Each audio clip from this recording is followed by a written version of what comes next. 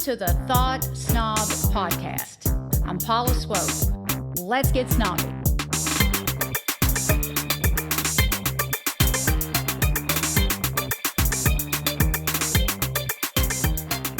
Today's episode features Jessica Mathis, who is an award-winning writer and producer with over 20 years of experience in journalism, film, and TV. This woman is a beacon of storytelling. Our conversation went from film production to foster care to single motherhood to working with Ron Howard to levitating, making premonitions to the current political climate. I had a ball in the podcast studio with Jessica. So I invite you to listen to us talk about creativity, comedy, and courage through the neurodivergent lens. And if you're loving the Thought Snob podcast, please don't forget to like and subscribe so that you're always updated when new episodes come out. So I was looking at everything that you've done, and I just stopped because it's so much. It's so much. It's like, oh my God.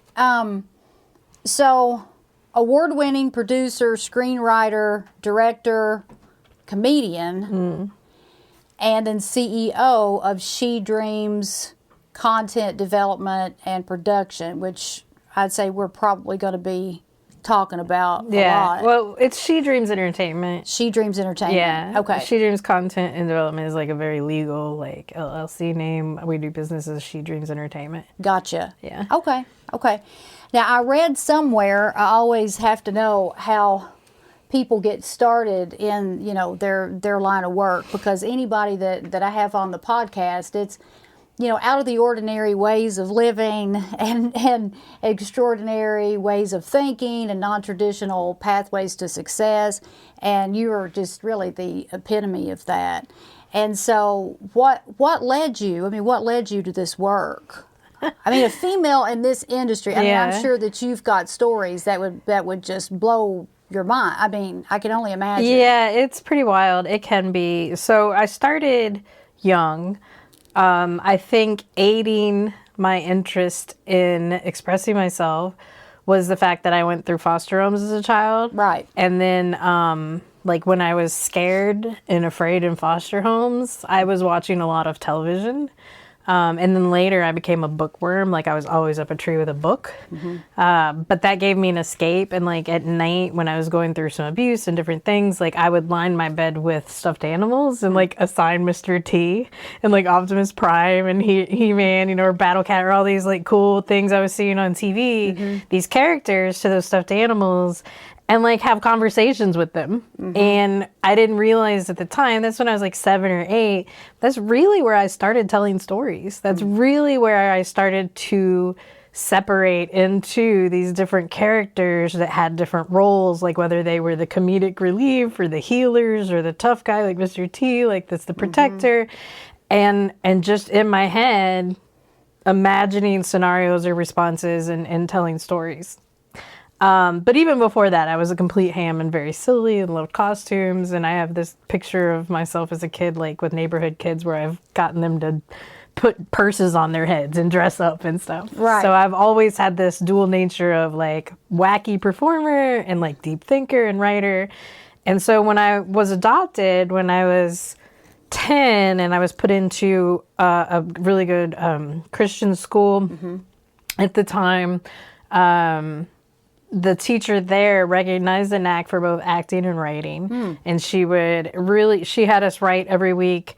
And she'd always write copy if she liked it to copy into her book. That was an honor. Mm-hmm. And we could write whatever we wanted as long as we stuck to the topic. It could be essay, poetry, fiction, however we wanted to write.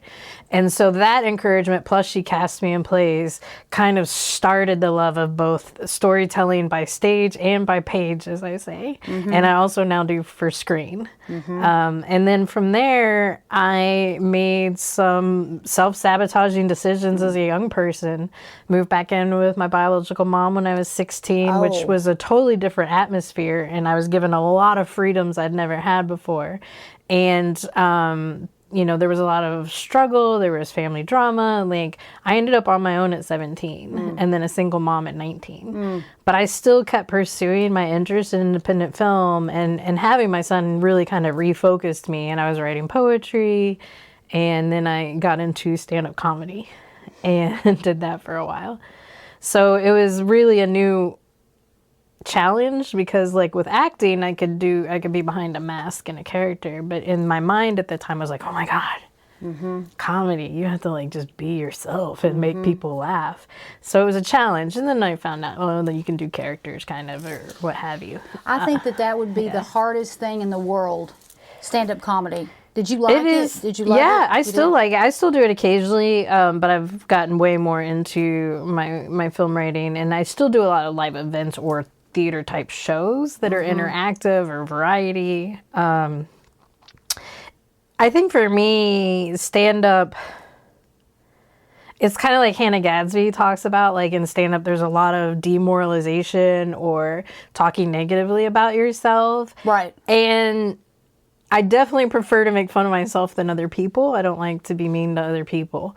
So I think I just get a lot more fulfillment out of writing comedy for films and other scenarios than stand-up, because in stand-up, you are kind of telling the same stories over and over again, and my brain doesn't like repetition very much. Right. So it likes to always experience new things. So I love being in front of a live audience, and I just love the exchange of stand-up. But I also love that in theater as well, like acting for stage. I love that there's that instant gratification to stand up into theater that you can't get with film or writing a book. Right. Yeah. That's right. So that's a lot of fun. But from there, I really branched into working wherever I could on independent sets.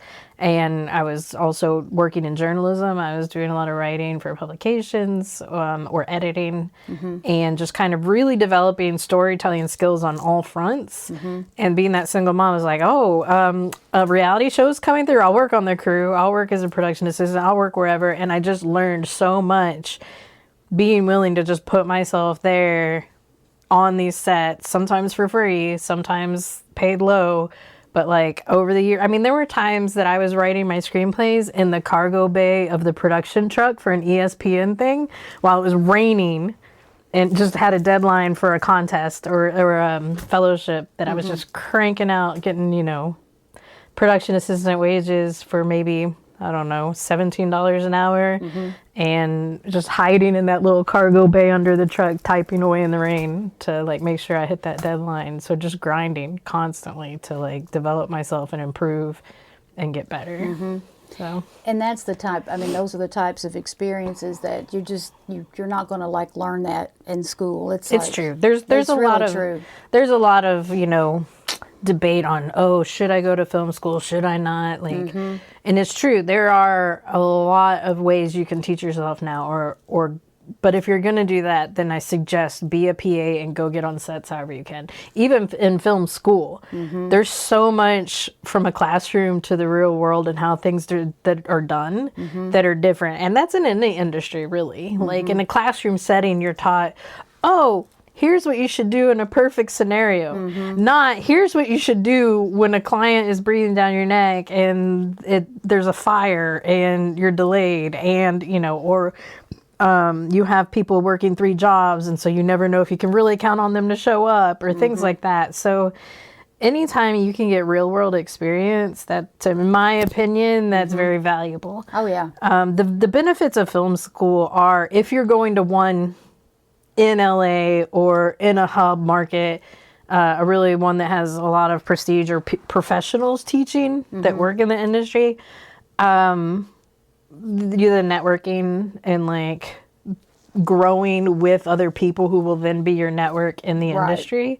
But there's a whole lot of people that go to film schools, especially like in smaller towns or states, and they're like, okay, what do I do with this now? And I wouldn't say that's really a difference between film school or not. I'd say that's more like people need to understand that to be successful as a freelancer in this industry, you have to be ambitious and you have to seek out the jobs. They're not just going to fall in your lap. Right. And especially now with the industry changing the way it is, with AI opening a whole lot of questions about where we're headed. Oh, yeah. Yeah. AI has changed everything in the publishing world. Everything. And it's really, and I love Chat GPT. I really do. I mean, it's a great tool, and it's a machine that understands, and it's like a two-way communicator. I mean, sometimes I feel like I'm just talking to you or talking to, a friend online or something. I mean, it's incredible. And I'm a little torn though about the whole thing, because you can't compete with Chat GPT with the ideas and the writing, and it's really, really changed the publishing world, and it's changed how people like me, authors, view the profession. I won't stop writing. I will always write, and you can't replace that human component. But yeah, AI is shaking things up. It is shaking things up, but I do have to tell you a funny story. I was like, oh, well, let's see what people are talking about with this AI writing scripts. And so I was like, write a short film comedy, I think, about a pain specialist. I might have given it a little more information than that. But anyways, it came back with like the doctor being like, I don't know, like, I forget what I called it, like, the pain is like scissors or some scissor feathers or I don't know. It was so ridiculous. Yeah. It was just not usable. Right. But that doesn't mean it's not developing. Yeah. Where the conflict comes in and the moral conflict is that it was trained using artists' work without their permission. So, like there were even people who had like submitted scripts to be considered for a contest or production or whatever, and there was this article about like hundreds of people coming out and being like, because their scripts have been fed into an AI to train it without their permission. And so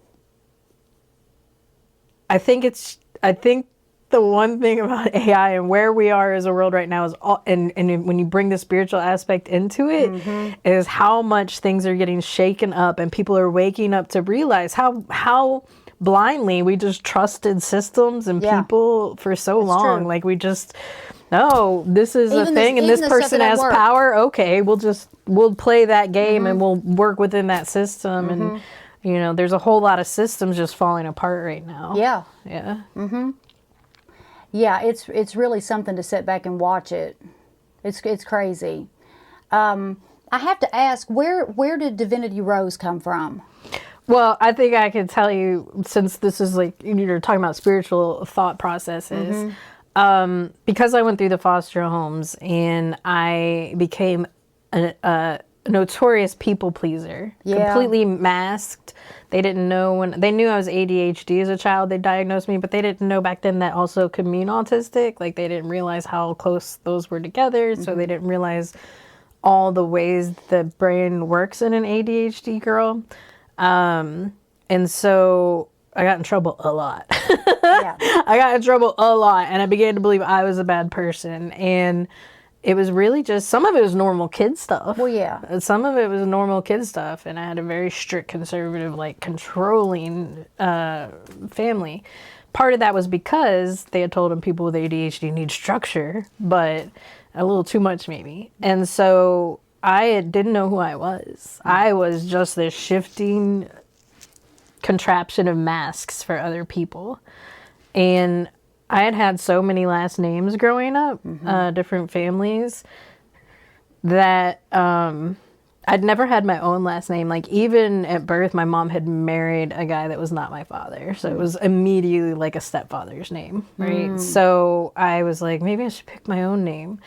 And I was going through this spiritual awakening, this spiritual rebirth, where I was starting to take myself apart and figure out who I was. To some degree, we all do that in our 20s. Oh, definitely. But in this case, I had a lot to unpack and a lot to figure out. And I come from such a biblical background that for me, I kind of was going that spiritual route of like, what's true? What's not true? What am I just regurgitating? What do I really believe? And so at the time, I was dating somebody who I was so like, I've always been very community minded. And so like, how do we do stuff together? How do I build something? And at the time, I know it sounds weird, but I was having visions about the way things are now, even Trump rallies. But at the time, at the time, I didn't have any context for what that was. Right. Like, what is this stadium full of people in red, like screaming loudly and having this very militant Christian vibe. And so I was like, really like, oh God, I was like freaking out. Because your brain, if you have something like that, if you have a vision or you have dreams, like it felt like it was going to happen tomorrow, It didn't, I had no idea it would take 15 years. Right. And so I started really getting into the ideas of sustainable housing, and working together, building community, localizing, like supporting local businesses, knowing your local community. And the fellow, this is a really long explanation, but it's to give context. He had a dream of me leading an angelic army with a sword in one hand and a rose in the other. And he started calling me Divinity Rose in his journals after that. And so I had just built a website. I was making the decision to pursue what I wanted full time. I tried all these different school programs and trying to appease other people. And like, I was like, I'm going to pursue the arts and acting and just my interests. And I built a website with my pictures for acting. And I said, I'm going to put Divinity Rose on there and see how I feel about it in the morning. And the next day, a package came in the mail from my grandmother. And she sends these things we call granny boxes. It's just amazing compilations of stuff from her life, travels, and crafting. Cool. And at the time, I didn't get them from her very often. We weren't very close at the time. But out comes this necklace with a jade rose, and the beads are purple, yellow, and green, which were the exact same colors I'd used on my website. So I was like, oh, it's okay. It's a sign. Yeah. I'm going to use that name for now. And then I started hosting showcases for artists, and really it wasn't about the shows for me. It was about building community and trying to create something larger for everyone. Because at the time, the only thing in town, showcase-wise, was like these open mics where the host would get paid, but the performers wouldn't. And they'd be like, invite all your fans. Like, come showcase your art. Right. But there's no pay and bring all your fans, right? So I created something where we just split the money from the bar, the host, and the performers, and the visual artists. And over time, it got to where I was paying my bills, and I had built up a thing. I was doing press stuff. I was performing in shows. And it was an interesting bookend to that story. Somebody messaged me online one day, and they said, hey, I have something for you. It was my grandmother's, but I feel like it belongs to you. And it was right as I had come across this word auctoritas, which means like authority, but not like power over others. It's the authority to author your own life, right? And so right as I came across that word, the thing that she had said she wanted to send me came in the mail, and it was the exact same necklace, but all rose colored. And it was a 5-year difference between those two moments. That's so it's a really weird but really cool analogy or anecdote to like look at your life and think about the things that are happening around you and look at potential signs to really value yourself and go after your dreams and who you want to be. And the signs are there. They're always there. If you're listening and you're awake, and so many people aren't aware and they miss those signs. And I think that's really cool. I think we all have them. We just don't pay attention to them. Yeah, just don't pay attention. And there was a time in my life when I ignored the signs too. And, looking back, those moments, they didn't get me anywhere. But when I started paying attention, then things started to change. And you mentioned something earlier about ADHD, and I would really, really like to know more about being neurodivergent. So basically what that means is your brain just functions differently. And that's not like, it's not like a medical diagnosis. It's more of like an umbrella for certain. Neurodivergent is an umbrella term, but they're ADHD, autistic, bipolar, all of these things are diagnosis. Like those are medical diagnosis, but they used to have like, oh, this person's autistic. Right. Oh, this person has Asperger's. Now, a lot they're kind of saying these people are neurodivergent because they're learning there's a lot of overlap. Yeah. A lot of people who have ADHD can have a lot of autistic tendencies. Like for me, I definitely have certain texture aversions, or like cannot stand to hear somebody chewing and like dogs licking loudly or things like that. Like it's not just like I don't like that, because everybody has dislikes. It's more like I viscerally react inwardly, my body, like it's uncomfortable. Right. It feels pain. And it is how your brain is processing information. And the way I describe ADHD is that a lot of people, and I didn't get this for the longest time, I'm like, how can you not think outside of that? But a lot of people think linearly. You know, they're like, I'm moving in this direction and I'm seeing X, I'm going to process X, and then I'll notice Y, and then I'll notice Z. But for somebody who is ADHD, or at least in my experience, I think spherically. Like I am hearing the stuff back here and noticing it. I'm hearing the stuff here and noticing it. I'm seeing like a lot at once. And most people, our brains do that. They take in everything, right? But we're only consciously paying attention to these things. Right. Somebody with ADHD doesn't have that filter.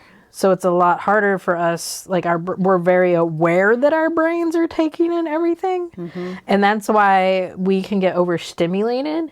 And without knowing that we're overstimulated, it can come off like a tantrum or rage or a freak out, or like we suddenly just snap at somebody. But once you become aware of that experience and you realize what's happening, there are a lot of coping mechanisms. And like I used to do that but like I'd be the sweetest person in the world, and then I'd shock people because I would like be very direct suddenly, not like mean or cutting, but just like my tone would change. And it wasn't that I was mad at them per se, as I was just really overwhelmed and stressed because I'd be in the middle of producing 20 people, you know, at once, and they're all coming at me with questions, and then my brain suddenly is just like, right. like kapow. Yeah, but you know, going back to spirituality or at least coping mechanisms, meditation and breath work can help tremendously in learning to like take a step back or to set your mind frame for the day.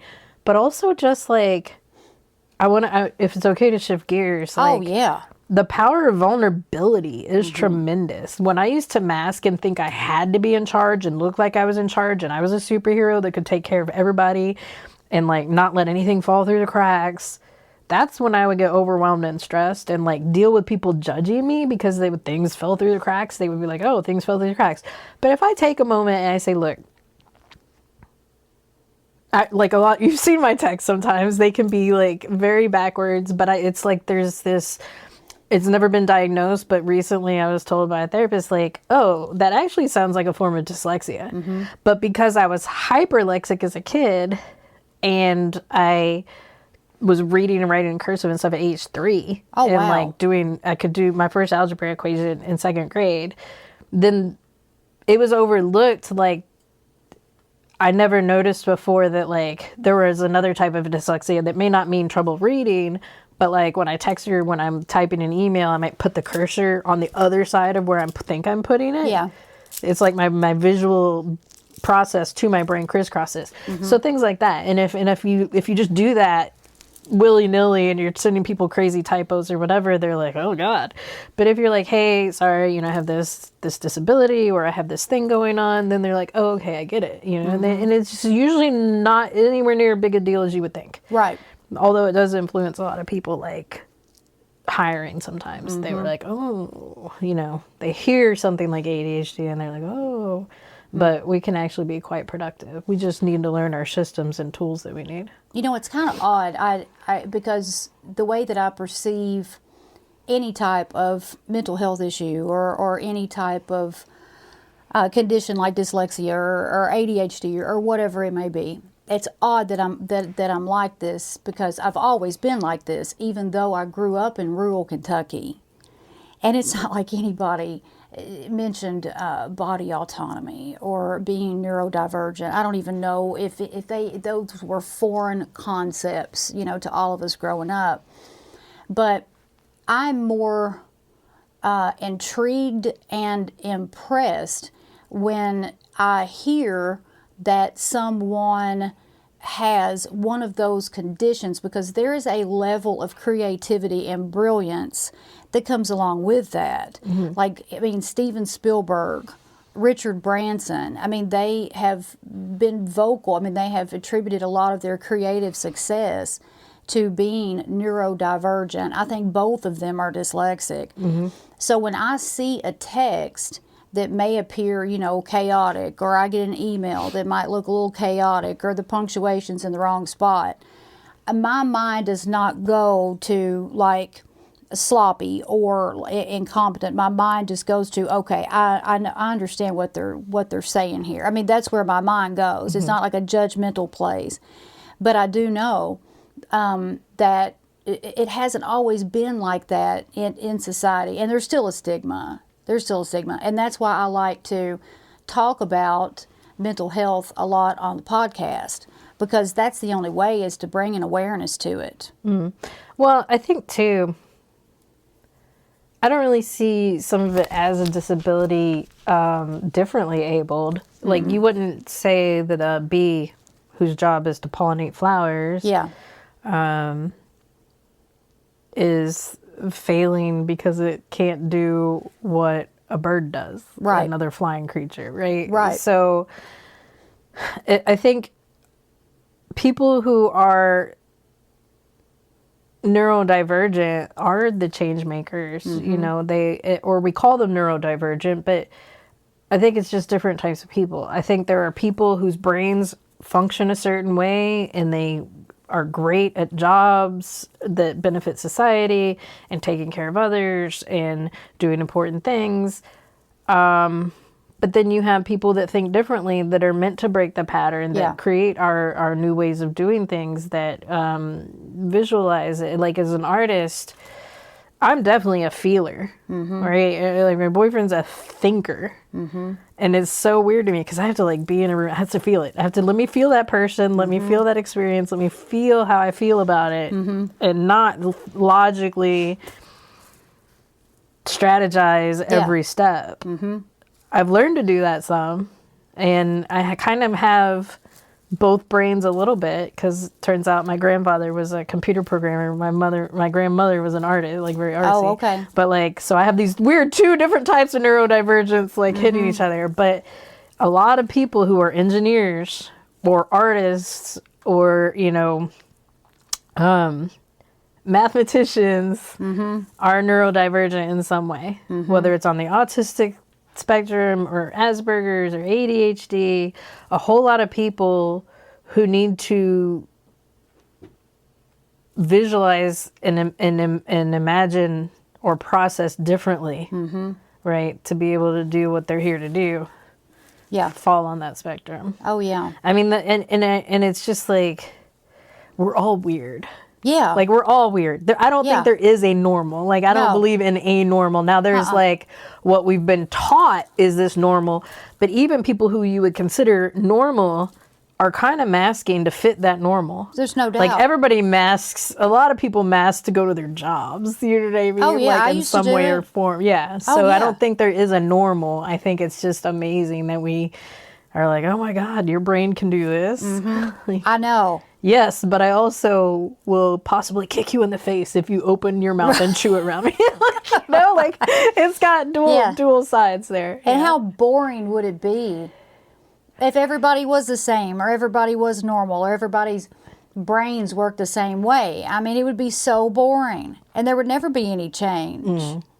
So I've always been really curious and open and intrigued by people who think differently and are different from me, and yeah, I mean, that's part of the creative process. I mean, yeah, for a long time I thought it was because I had a different childhood, right? That I, like, most people are born, and here's your mom, and here's your dad, and here's your school, and here's your church, and here's your life, and here's what life is. Like this very concrete story you're told from birth as you grow up, and then that's what you become. And that's the structures you fit inside of, right? I didn't have that. Like, I was like, oh, I'll just love whoever I land with and like try to survive by being good and pleasing people. And, but I saw a lot of different stories from a young age. And so there wasn't as much of a, like, this is what life is. I already at a young age was like, oh, life could be all these different things. And I thought that was maybe why I'm as free thinking or flowy as I am. But turns out also there's the neurodivergent side to it as well. right. So, and it's funny, as a tomboy growing up, and tomboy originally meant a mischievous boy. Like a boy that would get into trouble. And then at some point that got applied to girls who acted like boys. Right. And it's like, well, all right.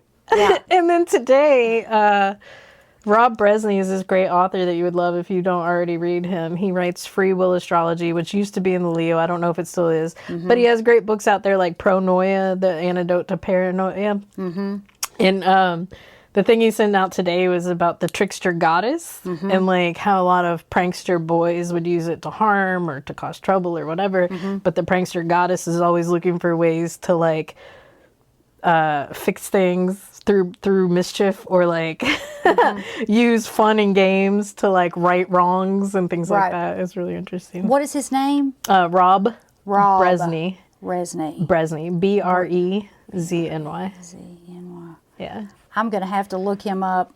I absolutely love astrology. I loved it as a child, and it just wasn't accepted and in my household, really, not just my household, but it just was not part of the cultural landscape at that time at all.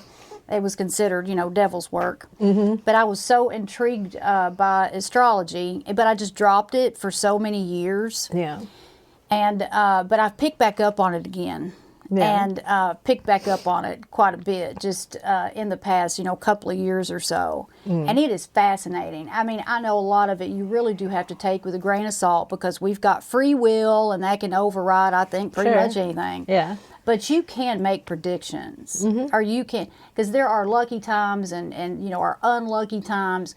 But anything astrology, I love it. Yeah. Yeah. For me, it was, having visions. And even as a kid, I would say stuff and somebody would be like, oh, it would touch on something true. And I would just be tossing out, oh, I'm psychic. Haha, just kidding. Like as a joke because I was afraid of that. Same. And like, sometimes I would like throw something out when I'm mad and just accidentally say something that evidently was super hurtful to them, like something in their childhood I have no idea about. So that's why I never try to speak in anger, because my brain sometimes picks up on something that so I try to be real careful about that. But I was like scared of it. And when I was 20, I started having out-of-body experiences without trying to. Like, I would have lucid dreams and sleep paralysis, and it terrified me. I was like, it's spiritual warfare! Demons are after me, Because when you first start... I've done some reading. There's, like, if you read some into, like, the idea of different dimensions and things, like, the closest is the shadow realm. And that's definitely what I started to experience. I'd fall into this sleep state where I didn't know I was asleep. It was like a trance. It was like... My brain was still awake, like I'd never fallen asleep, but actually I was sleeping. Couldn't move. And there'd be like shadow figures running around and stuff. It was still my apartment, but like there were broken beams, there were shadows running around. I couldn't really speak out. I'd try to like say something spiritual like, oh, the blood of Jesus, it protects me. And I couldn't get it out, or it did nothing. And then I would levitate off of the bed. Oh my gosh. I would like try it and then fall back. I'd try to get up and I'd fall back. I'd feel myself hitting the bed. And were those spirits you were seeing? I don't know. I mean, I think it's the shadows of your own mind, but they do talk about like the shadow realm and for me, what that represented was the state of my own mind and like all these like little things running around to be dealt with within myself. And so a few years later, a few years later, I had moved and I had a neighbor who taught yoga, and she's like, oh, and she started telling me, oh, you should look into lucid dreaming and astral travel and all this kind of stuff. And I started to learn more about it. Years later, so I did. And then I started to realize, oh, you can like actually wake up in your dreams and control them, or you can start practicing like going somewhere in your dreams. And so I, years later. And it came on suddenly? Yeah, I didn't try to make it happen. I think I had started. No, I hadn't. I hadn't started meditating at that point. I found binaural beats a couple years later that started really helping me focus as an ADHD person. I've tried Adderall before, but the thing that helps me the most is like binaural beats and meditation. And by the time I tried Adderall, I had come up with all these systems for myself to like stay focused. And I went from being a flake to being hired and awarded for getting things done. And it was mostly through a spiritual journey and then some therapy. And so she had told me about astral travel. I started learning more about it. Years later, my sister was getting married. I was her wedding.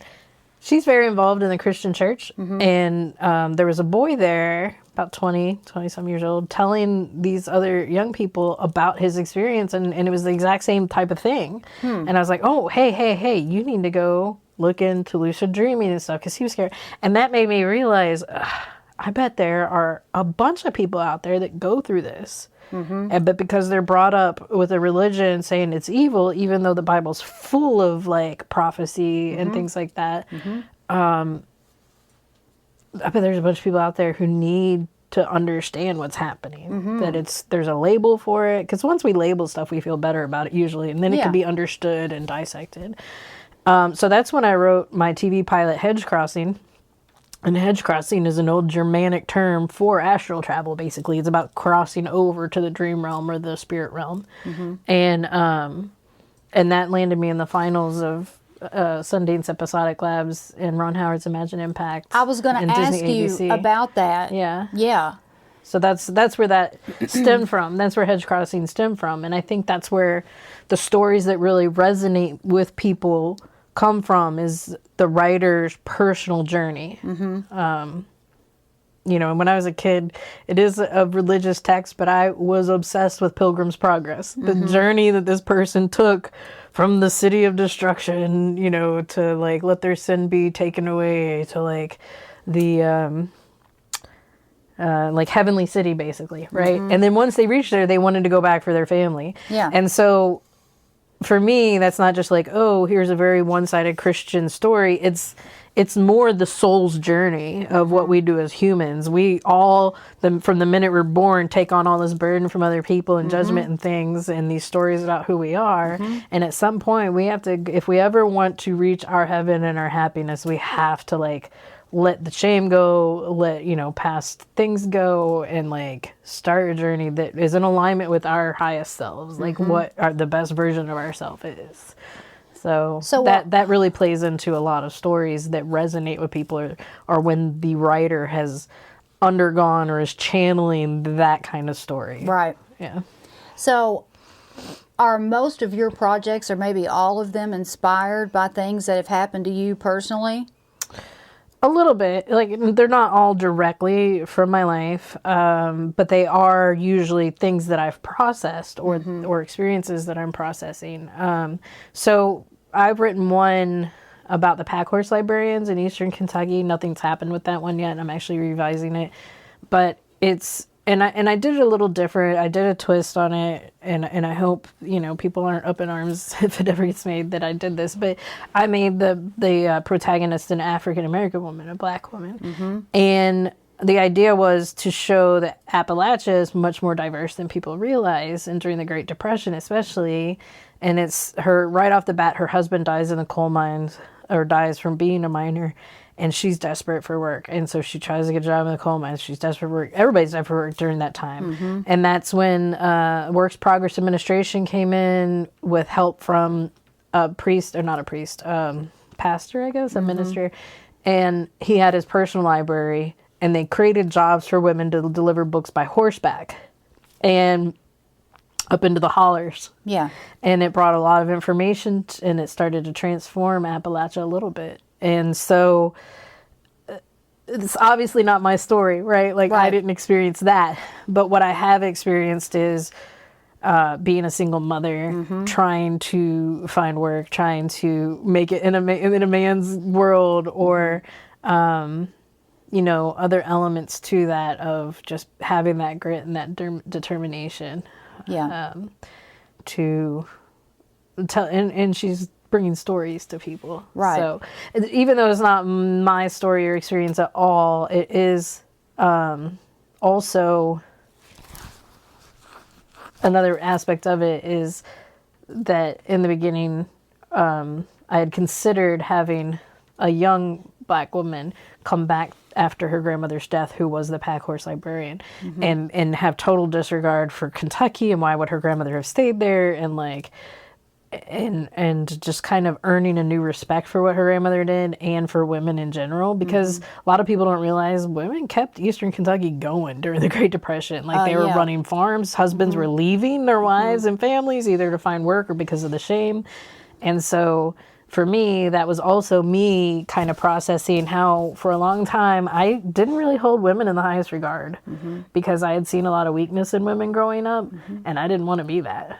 Same. And so this was kind of written at a time where I was starting to meet a lot of really awesome, strong women, and gaining a whole new respect for them, and transferring from realizing I find a lot more support and strength in women than I do in my male friends sometimes. Yeah. So like, so that wasn't my story, but it was processing something that I was kind of processing. So a lot of my stories are directly processing something that I've gone through. Well, it all goes back to, the storytelling component of just you in general. Like, you're like this beacon of storytelling, like you're a great storyteller, and it changes people, man. Like, when you tell your story and it resonates with somebody, and somebody suddenly feels like they're not alone, or they, oh my God, they're experiencing this too. I mean, it's powerful, and it's that vulnerability, because it's like I've always said that vulnerability was, a superpower for me, because my willingness to be vulnerable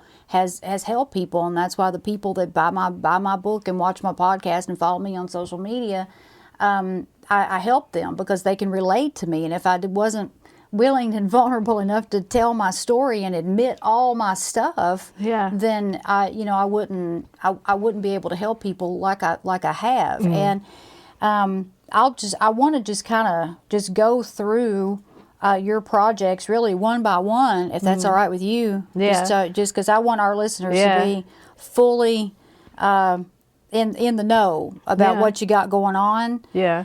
Triggered. Yeah. Triggered. And this one is about women with PTSD. And is it just Kentucky women?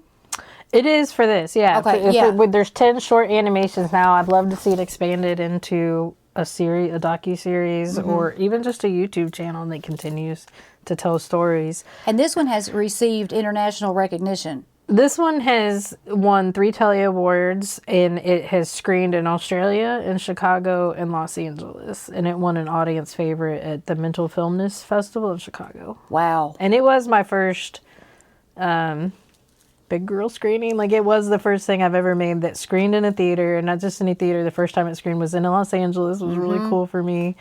So it meant a lot to be able to tell such important stories and have that like also lead to that moment for me. So the women that how do you find, because I love people, the fact that you're highlighting women and like you're elevating local talent too. So I'm just curious about how you find everybody that participated in that project can now say they're Telly Award winners. So that was really exciting for everybody. So for that project, you know, people ask me that a lot, and I always say I wish it were harder to find women who'd been through trauma. It's not. It's really not. It's not. When I started talking Everybody. about looking, like even women who didn't want to be part of it wanted to take me out to lunch and just tell me their story of their cousin touching them or whatever, Right. you know. And so, you know, it was actually really hard because I also have PTSD. I've done a lot of work, and like it doesn't impact me like it used to, but it was hard for like me to like put on what I call the armor of God and listen to, you know, these stories for 2 years and edit them and then edit and watch the animations over and over again while I was directing that. And so I knew a fair amount of the women, and I put out a call through the Kentucky Foundation for Women because they started it off with a grant, but also they have a newsletter that you can share news to if you're a grantee. And, you know, just put it on Facebook, and it did not take long to get 10 women, especially since they could be anonymous. They were not voicing their own stories once I cut it down. And because each animation is only like 2 to 3 minutes. So I'm listed as the writer because I had to take 2 to 3 hour interviews and narrow each one down to like 2 minutes of a story. Wow. And so, and then we had an actress voice over the stories. And one of the stories in there is mine. I also voice over a different one. I don't voice over my own. So it was interesting that it was such a collaborative project, and the voiceover actresses had pretty much all also had trauma, and a couple of them had stories but didn't voice over their own. So it was, and then the musicians that got on board came in and like did a custom sound for us. Pretty cheap because they believed in the project. You know, it was such a collaborative effort from everyone. Everybody has trauma. Everybody does. Everybody does. And there was a time, you know, I didn't realize that I had trauma. I didn't realize that I had been traumatized by things because I was pretty ignorant. I thought I associated the word trauma with physical trauma. Well, that's why another reason that this project was so important to me is if you go to Google now and you look for PTSD documentaries, you'll only see veteran documentaries. There are no documentaries about civilian trauma, and that's why I wanted to do this project. I started with women, partially because Kentucky Foundation for Women to apply for that grant, and started with women. But this is a project I think should be expanded into something ongoing or a feature-length documentary because there are over 8 million people diagnosed or in the U.S. with PTSD. And there is no resource to help people realize they might have it, or their loved one that their whole families just thought was a black sheep has it, and they're just displaying textbook symptoms of it. And like you, a lot of people don't think of emotional trauma, and like me, I didn't think, I just never could have thought I had it because I thought it was something veterans had. Right? It was wartime. Oh, that's what I thought. Well, too. some of us live a war in our homes as kids, you know. Better believe it. Yeah, so I think that's why I wanted to do this project, was because there is nothing out there right now for civilian PTSD. And a lot of people don't know about complex PTSD. Right. Where it's a lot more deeply rooted within you and not so easy to solve. Yeah. Yep. And that's another thing too, that is connected to other mental health issues and other struggles, and so I think that Triggered is fabulous. Thanks. And there's a lot of experimental, not experimental, but emerging, I should say, with ketamine or microdosing, with hallucinogens, things like that are quite effective. Yeah. And that's why I have a comedy that deals with plant medicine. So, which one is that? It's Christmas Carol. Christmas Carol. Yeah. That's right. Well, let's talk about Christmas Carol. And I tried to get into the link that you sent. I think it was the Canva link, and it wouldn't let me in. Oh no, okay. I'll have to I'll send it to you. Yeah. But yeah, let's talk about Christmas Carol now. Yeah. Yeah. So It's Christmas Carol is a reverse feminist twist on the Charles Dickens Christmas Carol. It's not a guy who's a jerk and needs to be nicer. It's a girl, it's a middle-aged woman who is just overly generous to the point of self-sabotage. Right. And she's neurodivergent, doesn't really understand what it means, and just too giving, too nice. She needs to toughen up. She needs to learn some boundaries, right?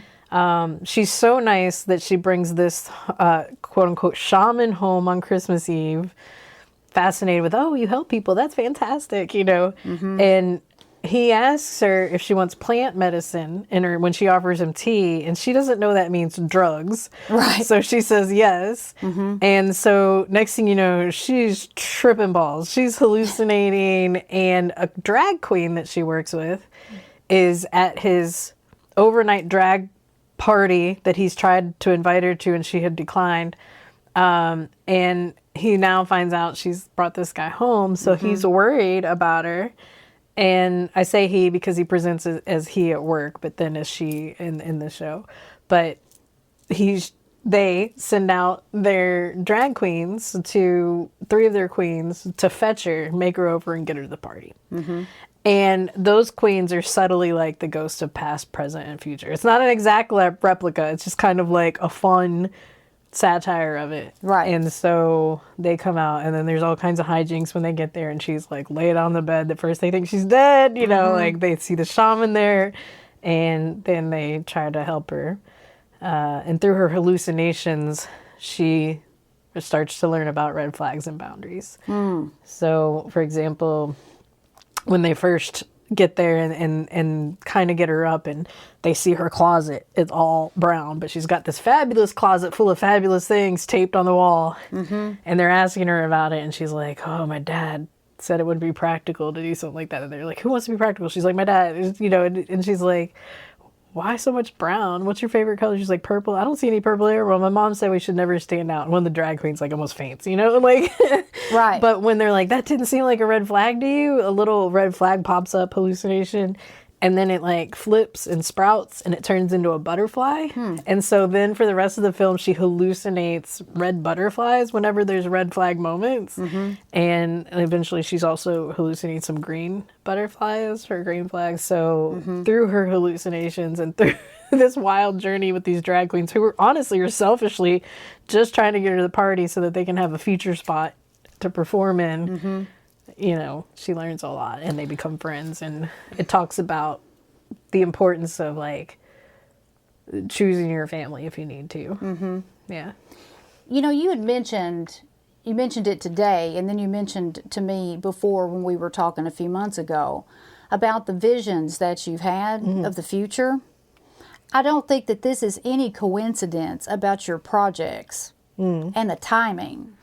Yeah, I will say there's things I wish I had sat down and made myself write. Oh my God. Years ago. I had a up. story about a short story. I didn't sit down and write about an AI like type of situation. Yeah. And like just a lot that I think, I don't know if you've ever seen the Chronicles of Riddick, but there's this character called an elemental, and kind of the villainous type lady comes after her like, oh, can't you tell the future? And she's like, no, but I calculate very well. And so I think, you know, especially with an ADHD brain, our brains take in so much information that under the radar, it can calculate all these potential outcomes, right? And then it settles on the most likely one with current things, with current events. And then when that happens, we're like, oh, I'm psychic, you know. But if it hadn't happened, we'd be like, yeah, you know. So I think to some degree, it's just our brains are such powerful computers that a lot's going on under the radar. But like when I was having those dreams and things, that was way in the future, and I wasn't conscious. Now, with like Clam Special, the comedy special by Mandy McKelvey that I produced and directed, when I saw her perform it, I said, this is so important. This is so timely. It's about women and women's health, body autonomy, what we go, not just abortion, or it's got IVF, miscarriage, breast surgery. It doesn't sound funny at all, but she makes it vulgar and hilarious. And that I didn't, at the time, things were weird, getting weird, but it was nothing like what we've come to. And I just said, I saw her workshopping it, like trying it out as a theatrical version. I was like, this is really important. I would like to produce and direct this. I think we can get a grant. I'd like to do a live recording of it so we could try to get it to a bigger audience. And we had no idea a year later that Roe versus Wade would be overturned. And we had no idea even since we made it. Like, then that happened and we made it in 2023. And since then and now where we are when we're releasing it. Just Kentucky a couple months ago. Unmasked? This was Clam. Oh, Unmasked, yeah. Yeah, I'm just like, Clam, Kentucky Unmasked. I mean, the timing is impeccable. Well, I think Kentucky Unmasked was a shorter term thing where it was apparent things were problematic. Kentucky Unmasked came about because the Kentucky Foundation for Women was offering a one-time grant called Bridging Divides that was specifically trying to tell stories or bolster marginalized voices in an election year. Not just an election year, but I think everybody was at this point last year starting to see problem areas that could arise or that were arising. And so I wouldn't take credit for that one being like, oh, I've envisioned this and saw this. I think that's a collective thing of like, people realizing like this was headed in this direction at this point. I wish we would have like seen it 10 years sooner. Yeah. And that's the problem. The hardest thing that I've had, because I also like had this crazy cool idea with like augmented reality and all these elements that blend live events with AR with an app. And like, especially in Kentucky, trying to get people to listen to those kind of ideas when they don't get it. Right. And get support around it. Even now, trying to get support around like Kentucky Unmasked, we didn't have a whole lot of it.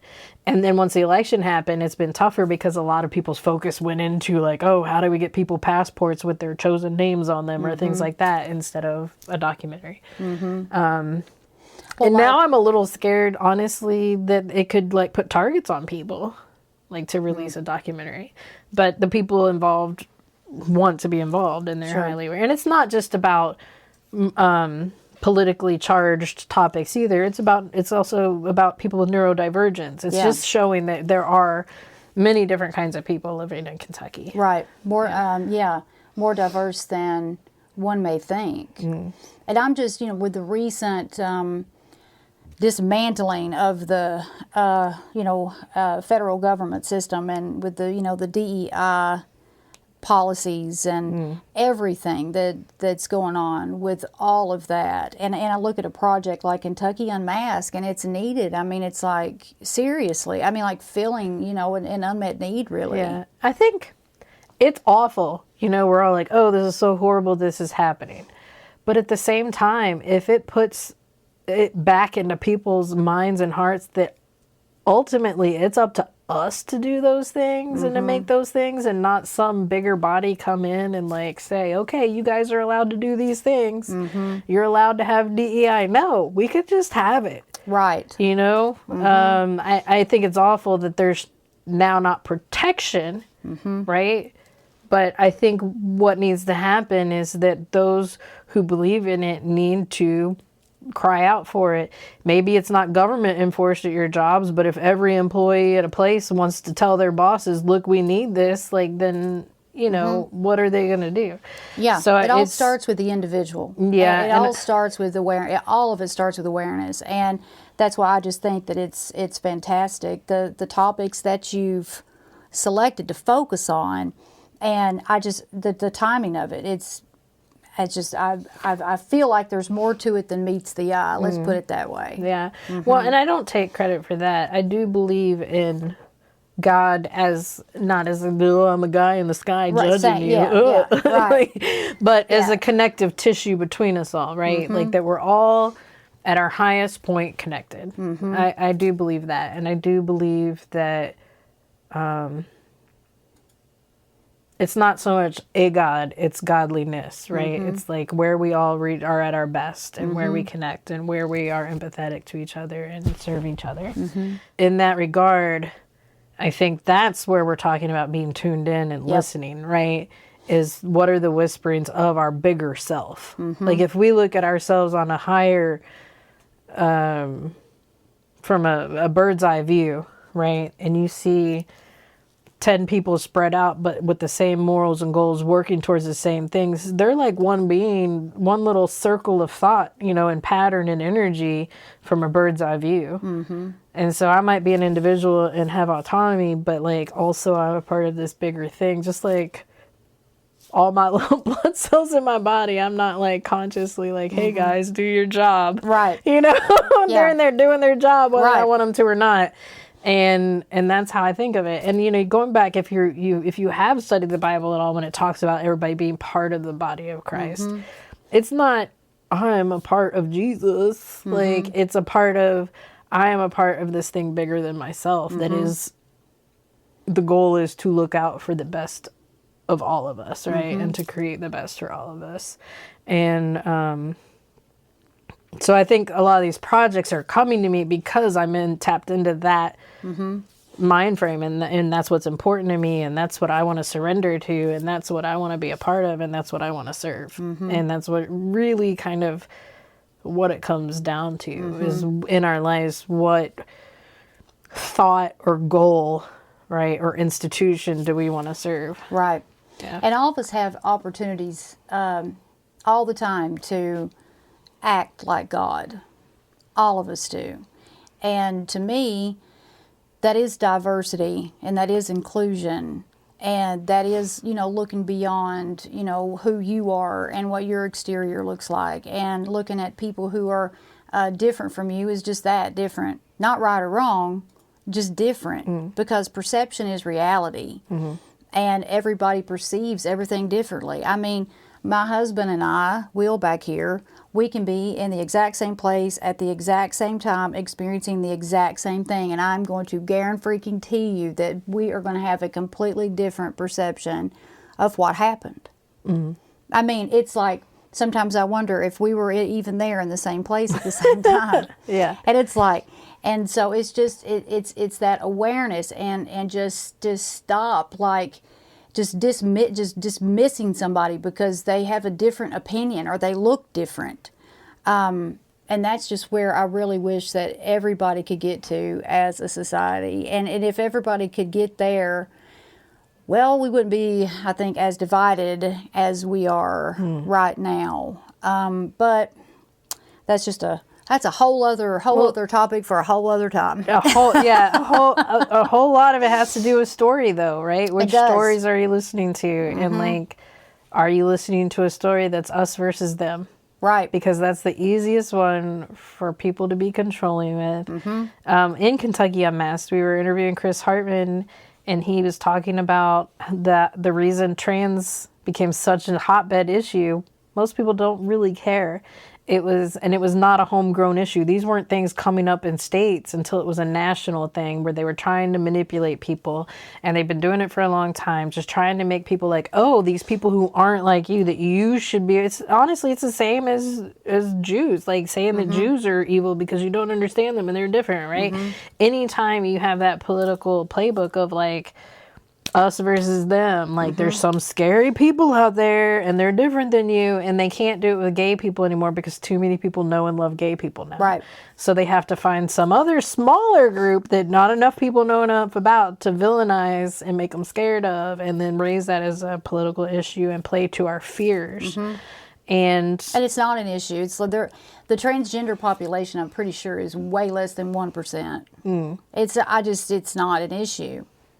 I mean, I have had way more problems and things that cause me to be fearful out of, let's just say it. I mean, white heterosexual people.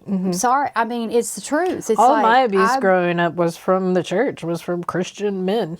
Right. So that's, when people have tried to get me to go to church and things like that as an adult, I'm like, no, thank you. No, thank you. It's triggering to me. Sure it is. It's triggering to me. And it's not that I don't, that I'm not spiritual, that I'm not respectful of your faith. Like, it is triggering to me. Stop pressuring me and trying to control me, because you don't know what you could be setting off years of work on my mental health, right, of things I went through as a child, by trying to force me into what you think I should be doing. Because they think that's going to be good for you. And it's anything and it's not but. even about you. It's about their own comfort level. Ego. It's not just Christian. It's anytime somebody else, it could be New Age, it could be meditation, it could be a certain type of school, it could be anything that somebody else has found works for them.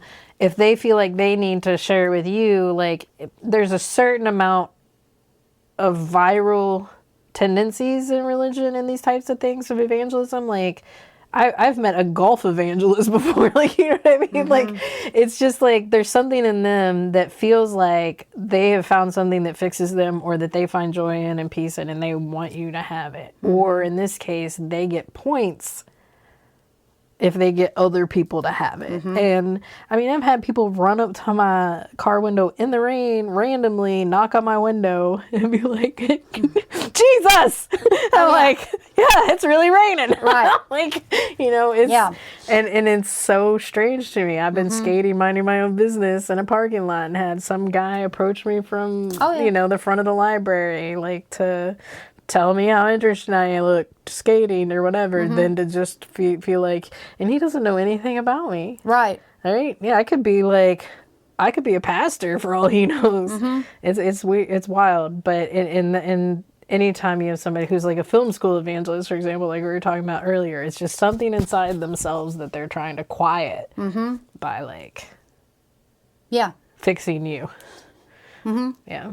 The last time that we went to Derby, and we were walking from a parking lot somewhere in the middle of nowhere to Churchill Downs, and there were these people propped up on the bridge. There's 3 or 4 of them, and they were, you know, screaming about God and Jesus, and I don't remember exactly what it was that they said to me, but it was something, a little something like this: Have you been to church lately, or have you asked God or Jesus to forgive you for your sins, because He doesn't want you to be here? Like, it was something along those lines.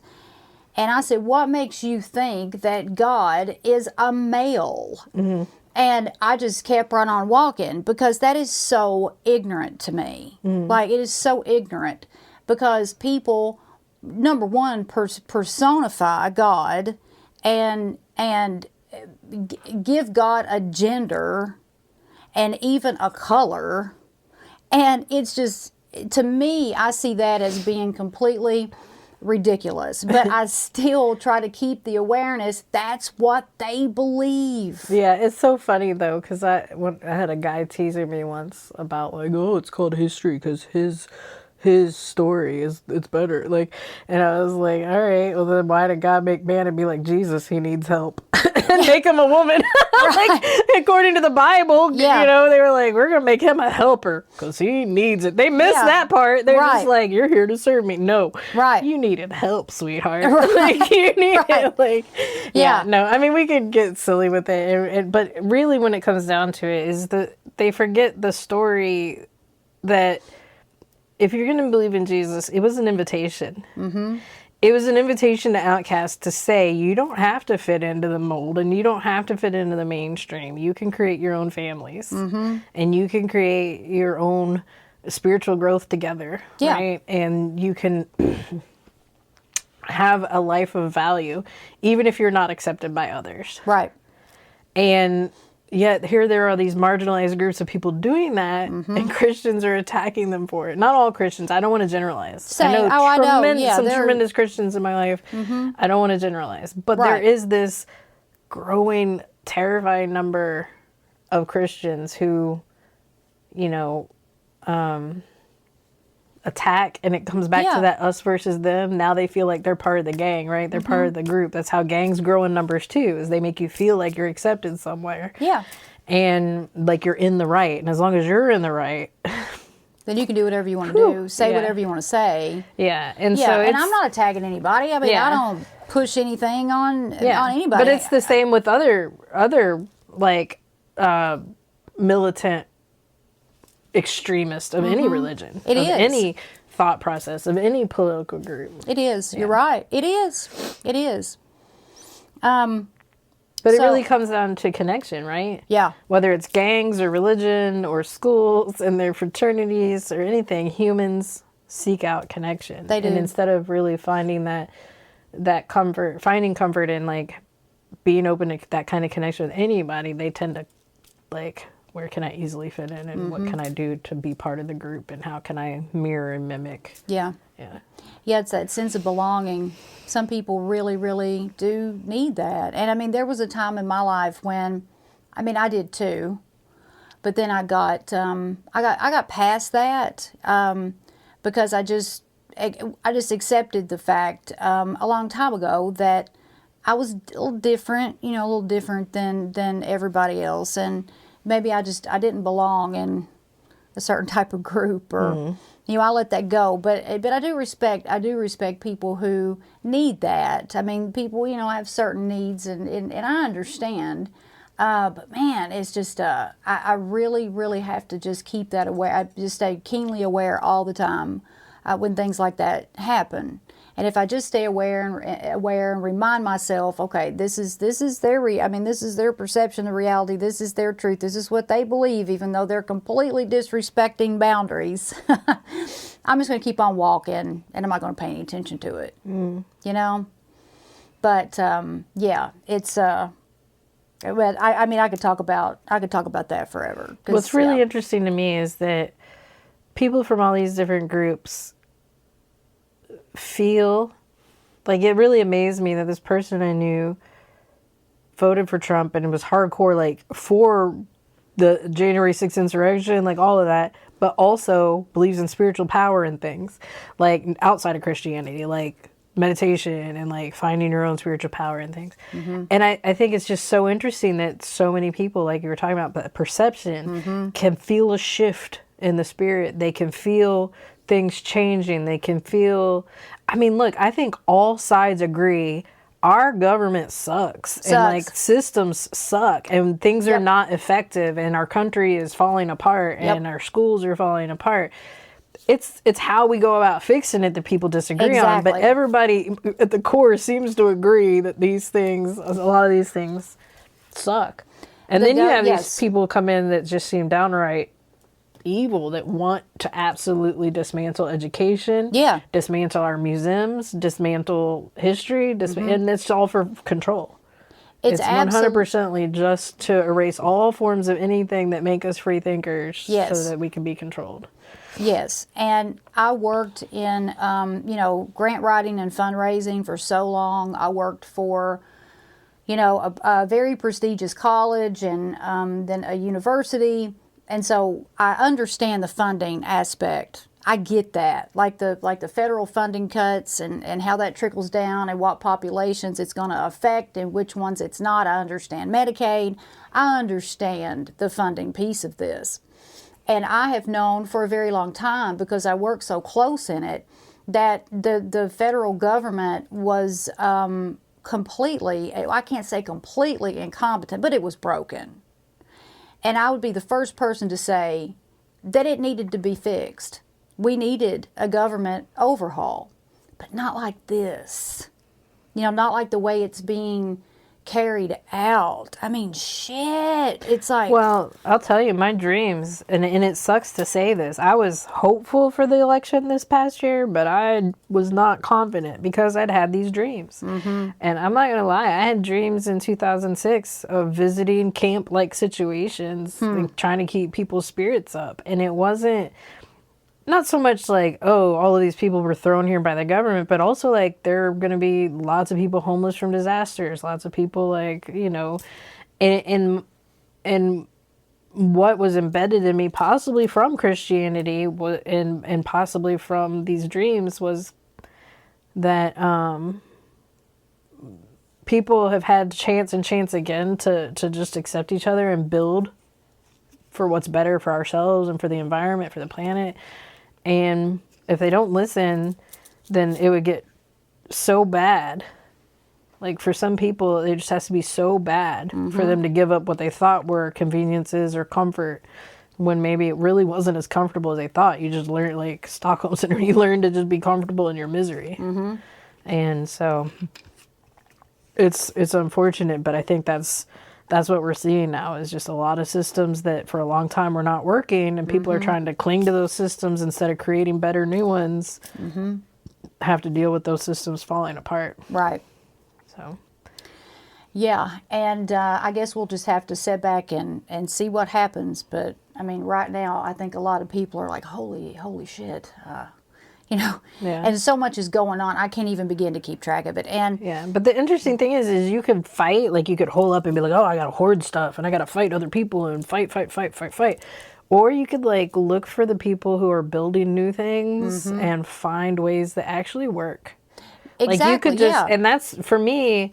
One of the dream I had with the Trump rally was I was in a classroom. There was a man in African garb teaching me spiritual truths. I don't know what, just teaching me. And I was taking notes. And I was getting mad that I couldn't hear him over how loud this stadium was. And I think that's what we all deal with day to day, right? We have this internal guidance, but it's our outside world is so loud that we can't hear it. It gets muffled. And so like I remember getting frustrated, and the voice said, don't fight. All of that has just as much right as anything to go on, and like it's all just the way it is. Like, create. The more we create systems that work and people start using them, they're like, this is great. It's like a word of mouth thing, right? Like, this is great, and we're happy and we're enjoying it. People are like, why are they so happy? What are they doing? What's working? People just start stepping away from the stuff that's not working. And the monsters lose the attention that keeps them going, right? They lose the support and the resources of what keeps them moving forward. And it's just, that's why media and stories are so important. That's right. Letting people know that there are amazing things happening in this world right now, even though there's a lot of scary stuff happening. There's amazing medical advances happening. There's people doing amazing spiritual work. There's people like, the entertainment industry is shifting more into the people's hands. Like people, there's this rise of 5 to 7 person teams creating a lot of content that's getting put out there. And somebody pointed out recently, like a lot of what's winning Oscars over the last so many years are indie films. They're not studio films anymore. Right. And so you have a whole lot of things that are actually kind of good cropping up. But we're so like, people are so panicked watching the doom and gloom show. That's right. That it's hard to see that behind all that, these little spring sprouts are coming up, you know, and blossoming. So. Well, speaking of that, our last couple of minutes here, I want to talk about what you're up to next. What are you creating now? I mean, what's next? Yeah, there's always a lot going on. This year I'm trying to, my goal is to raise funds and produce a live action version of It's Christmas Carol. The video, of course, has lots of hallucinations and fun sparkles and glitter, like think more like drag queen hallucinations, like sparkle and glitter, versus like vintage browns and oranges and that 70s show type hallucinations. Right. So for the live show, I come from a background, I love doing shows that really engage the audience and make it interactive and they're part of it. And so for It's Christmas Carol, like, for example, the audience needs to be part of the hallucinations. And so, like, I want to give them all iridescent pom-poms that they have to shake and, like, for part of the hallucinations. And have a video that overlays them and their pom-poms around Carol, like, while she's, like, tripping. And you know, some little puppet characters that audience members can, like, help operate and just make it a really fun interactive experience. And all that stuff costs money. It all costs money. It's so much money. And then I'm also going to be looking for investors and trying to move the film forward. But I love that live entertainment, and I wanted to keep the rights to do the live version of it because part of my goal was to create safe spaces for a Christmas tradition for people that's not like your traditional family play every year that people would go to see like the traditional Christmas Carol, to take that patriarchal story and put a fun spin on it for everyone, and let them come find a safe space to enjoy that with friends and their chosen family every year. And if I did it as a film first, like if I just sold the screenplay, because I've met with some agents for talent to star in it and stuff, but if we went that route, and let's say Paramount bought it or something like that, I wouldn't have any rights to do anything else with it. Right. If I do a play or a book or something like that first, I own the IP. I can license it for the movie, but I still own the rights to do whatever else I want with it. So it's very important to me to be able to do the live version first. So that's what I'll be trying to focus on this year, as I also am seeking out the investors for the film. So if someone is interested in investing or making a donation, you want to let our listeners know how to do that? Sure, yeah. So we are fiscally sponsored. We can take donations. There may be a button at shedreamscontent.com. But my website is shedreamscontent.com. That's where they can stay up to date, sign up for news for any of these projects, the live shows that we're putting on around Kentucky, that are usually very humorous, a lot of fun, very uplifting, or the film projects. And with this, my email is just info@shedreamscontent.com, and they can reach out there. Okay. Yeah. And we'll include all of your information too with the episode, Awesome. So it'll be right there at the bottom. Awesome. Somebody, clicks on your show, so they'll see all that. Yeah. Okay. I'm very excited, and I do believe that Christmas Carol is one that would bring residual income for years, because Netflix reader agreed. I had it covered, which means having somebody read it and give you coverage, tell you where it's at, production ready wise, from Netflix, and one of their readers, and she said it has a high potential for cult classic because of the blend of visuals and characters, and so that is really freaking cool. So it's going to be, so people can see this throughout the year. I don't think I'm understanding. Right now we're casting. Right now, it's casting. Christmas Carol. We're casting. I saw that you're casting for drag queens. We're looking for the drag queens, right? Well, it'll be in Louisville. Oh, okay. Anywhere can submit their auditions, but the show right now we're playing in Louisville. Like if we got a theater that was like, no, let's do it in Lexington, we might. But the goal is to raise the funds to put on a live production for Christmas, for the Christmas season. So we're casting now. We're fundraising. It'll depend on fundraising. Okay. Yeah. And the goal would be to put on the show this Christmas season. Okay. Okay. So that's your number one fundraising project right now? And we're fundraising to finish up Kentucky Unmasked. Kentucky Unmasked. Yeah. Okay. And then I guess if anybody wanted to make an investment in Kentucky Unmasked, they would also contact you directly, right? Okay. Yeah. All right. I just want to make sure everybody knows that. Thank you. Yeah. Yeah. You can donate to finish Kentucky Unmasked, which has Kentucky Unmasked was a slate of storytellers telling their personal stories about being transgender or coming out or having an abortion or being neurodivergent. Just a whole slate of different stories that none of this is politically. We're not trying to be persuasive. It's just people telling their stories. And we even had a cishet white veteran male talk about in Afghanistan finding a male friend that he learned that he kissed goodbye because in Afghanistan male friends hug and kiss each other to show affection, and there's nothing sexual about it. And he believes we've lost touch with physical touch in America, and so it's a really amazing slate of powerful stories coupled with interviews with the people. So, yeah. Well, what you're doing is really cool. Thank you. I can't say that I really know of anybody like you. And so I've loved having you here, and this has been a great conversation. Yeah, well, it's been great getting to know you too. Yeah, this has been fantastic. So I'll just end with one last little thing here, and then we can wrap up.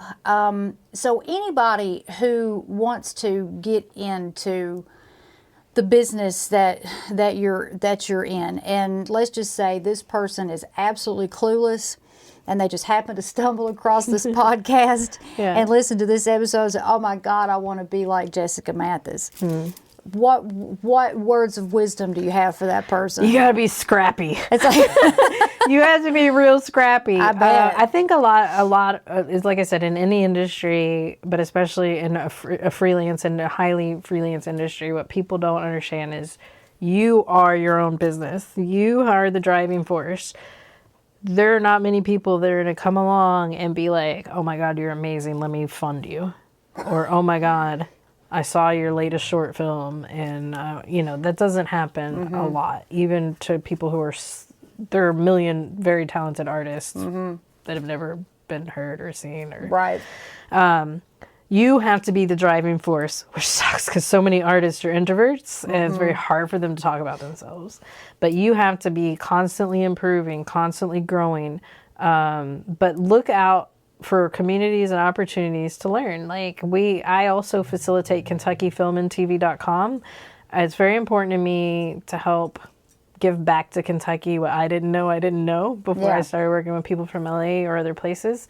So we have table reads that you can come out to monthly right now. We have pitch sessions where 3 people pitch their projects to a panel of industry pros and get feedback, and everybody ends up in a discussion afterwards, a Q&A and discussion, learning and growing together. And the table reads are actors reading Kentucky writers' scripts out loud, but anybody can come just to talk about film with us, to ask questions about writing, to try their hand at reading scripts out loud. Show off their acting, let people know what they're working on. We have filmmakers who've come and one just told me they found 8 crew members and several cast members from our events. So it's a good thing to get out there and meet other people in the industry. Women in Film Kentucky hosts regular, quarterly maybe meetups. 502 Film hosts meetups. Louisville Film Society will host meetups. Getting out and meeting other people and just finding opportunities to get involved and ask questions and learn. And it might mean offering to help some of them for free. But I also have an article on staffmeup.com that I write for their blog, and it talks about how to strategically work for free. Don't do it forever. Don't don't do it for people that aren't going to finish their project. Yeah. But just find ways to, in any situation, in any question, I tell people, look for the helpers. We're still out there. Yeah. Now, with everything going on, a lot of helpers are kind of receding out there a little bit, but look for the helpers. Just try to educate yourself, but realize that nobody's going to push your career like you will. Right. Yeah. You have to get yourself to a place of improvement and success. It's sad, but once you're successful or you have had some success, then people come along and want to help. Yep. Because they want in on your income or they want in on your notoriety or whatever. Right. Coattail. Yeah. That's great advice, and I've certainly experienced all of that myself. I mean, you and I are in 2 different lines of work, but kind of the same when it comes to being your own boss and your own promoter and your own secretary and your own admin and your own fundraiser and your own. I mean, that's just the way it is. I mean, if you want it to work, you gotta drive it. There's been a lot of people that be like, how do I get a grant? And I'd be like, I have a grant workshop, $45 for 5 hours that people say is like taking 5 semesters, and they don't take it. Even people I've offered, I'll help you write your grant, and they don't take me up on it. They don't take you up on it. You have to be it's really what that whole story with the roses is I had to learn to become my own source. Right. How do I pull from my environment and work to give back to others, and how do I build something for myself?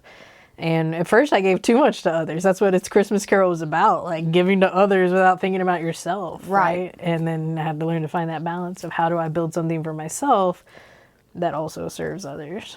So. Yeah. It's great advice. Thank you so much. I've loved every minute of it. Yeah, thanks so much for having me. Yeah. It was really good to chat with you. Yeah, I know. I love it.